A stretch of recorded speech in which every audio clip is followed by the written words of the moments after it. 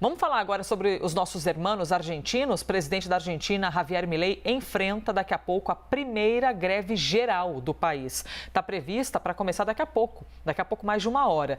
Esse movimento, pessoal, é liderado pela maior central sindical da Argentina e é em protesto às medidas que foram anunciadas pelo ultralibertário para economia. Sobre esse assunto, eu converso agora com o professor de Relações Internacionais da ESPM, professor Leonardo Trevisan, que só pela quantidade de livros em volta você já tem uma noção do tamanho do conhecimento desse professor, hein? Professor, obrigada pela gentileza de conversar com a gente.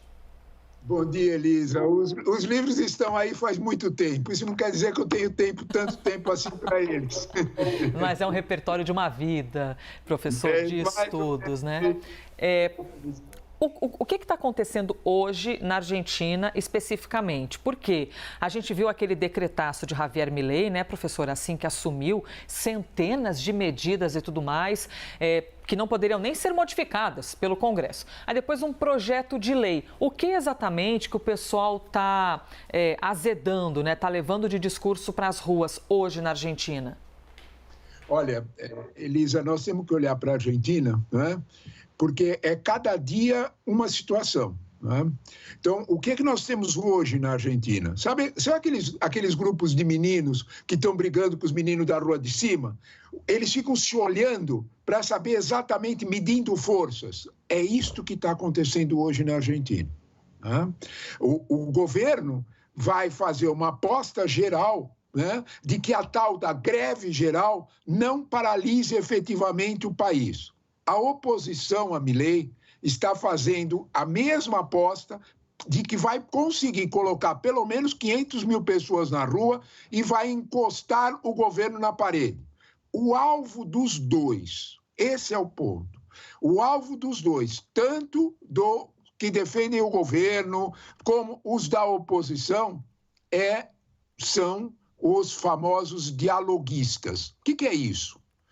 Nós temos no Congresso, e isso vai ser decidido amanhã, o Milei quer que isso seja votado amanhã, não é de graça. O que é que está sendo proposto? O Congresso aceita ou não as reformas de Milei, e isso terá que ser tido a primeira votação no Congresso amanhã. Milei tem aproximadamente, qualquer um dos dois lados na Câmara dos Deputados precisa juntar 129 votos, a metade mais um. Milei não tem isso, mas a oposição também não tem. Há uma quantidade de votos no meio deles, né? Entre a União pela Pátria tem 86, o 101, o grupo do Milei tem 86 no Macri, mais os 37 do dele. Nenhum dos dois forma 129. Tem um miolinho aí, em torno de 20 a 30 votos que vai decidir. Esses votos vão decidir a partir do que aconteceu hoje. A greve geral está dirigida para eles. Os dois podem ir para um lado ou ir para o outro. Tanto faz. Eles podem ajudar a oposição peronista ou podem se agregar às reformas de Milei ao grupo do Macri. Esse é o ponto. Eles estão querendo jogar para essa torcida. Quando nós olhamos para isso, nós entendemos que ficou numa situação de extrema polarização. Na verdade, o que está acontecendo é que a Argentina chegou numa espécie de momento crucial. Para ter uma ideia do que nós estamos falando, o dólar de ontem para hoje saltou mais 5%. A Argentina tem uma expectativa de mais 30% de inflação ao mês. 30%. Nessa realidade, esses dialoguistas vão decidir o futuro imediato. O quadro na Argentina é, de fato, decisório. É curioso isso, mas chegou nesse ponto. Professor, eu quero trazer para a conversa o debate sobre liberdade de expressão, que é uma coisa que é muito em alta aqui no Brasil, né? As pessoas dialogando, tem que respeitar a liberdade de expressão. As pessoas estão indo para as ruas se manifestarem, mas eu quero te ouvir sobre aquelas determinações e falas de Milei ou de integrantes do governo de que, você não pode fechar a rua, senão você pode ser multado. Se você fechar uma via, você vai perder um programa social, tipo um equivalente ao nosso Bolsa Família, você vai perder esse programa. Como é que fica esse cenário cenário, assim? Porque como assim é um político que traz a mensagem de liberdade de expressão, todo mundo defendendo, e de repente quer limitar a manifestação democrática na rua? Essa tua questão é tão importante que a Suprema Corte Argentina resolveu declarar que está de férias, para não ter que decidir. Que isso? É exatamente isso, né? A Suprema Corte Argentina olhou para a realidade, olha como é importante o que você lembrou, porque isso é o X da história. Pode ir para a rua ou não pode ir para a rua? Pode ocupar, ficar na calçada ou descer no chamado leito carroçável, onde passam os carros, ou fechando o bloqueio à rua. Porque atrás dessa situação, o que está é efetivamente se você pode ou não manter a Argentina como ela está. Os peronistas, tradicionalmente, paralisam as ruas e impõem sua vontade. Nós temos que olhar que Milei, nas últimas manifestações... A gente pode não gostar disso, Elisa. Tá? A gente pode não gostar. O problema está no fato. As últimas pesquisas mostram que com 30% de aumento na inflação mensal, com uma expectativa de mais de 220% de aumento na inflação anual, com uma possibilidade de hiperinflação batendo a porta. Tudo isso está posto. Milei tem entre 45% e 53% em diferentes pesquisas de apoio. Esse é o fato. Não adianta a gente brigar com a realidade.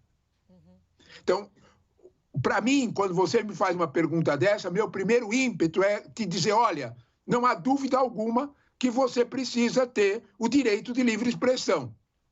E esse direito de livre expressão, no caso de Milei, está sendo contido porque é livre expressão quando me interessa. Se for para o meu lado, vale. Se for para o lado do outro, não pode descer a calçada. O fato real é que a Argentina chegou à situação muito, muito caótica.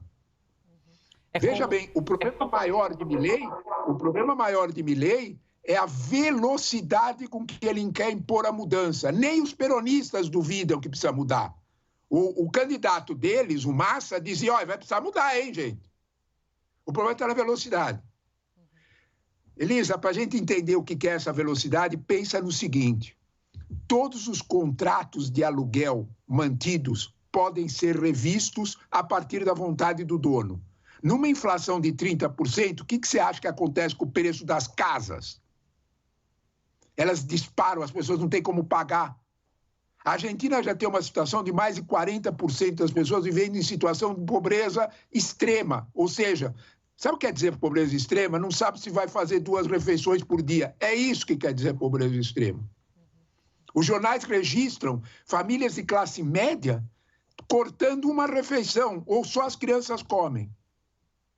Porque o preço da carne, o preço do frango disparou. Há uma frase na Argentina de hoje, do começo do ano para cá, que simboliza bem tudo isso.